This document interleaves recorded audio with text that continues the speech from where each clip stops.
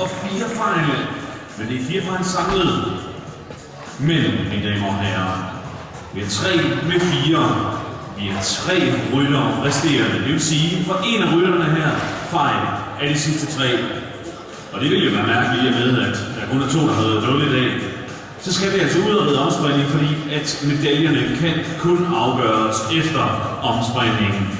Vi skal også lige oplyse rytterne om, at det er top 8, vi skal have til præmieoverrækkelse til heste efter klassen, hvor vi håber, at I alle sammen bliver med til at hylde dem. Vi er 3 tilbage.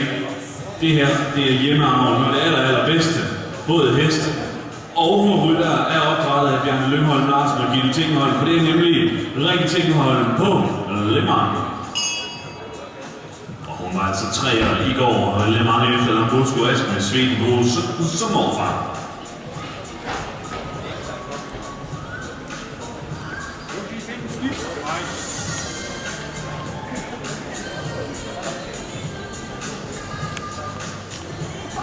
Thank you.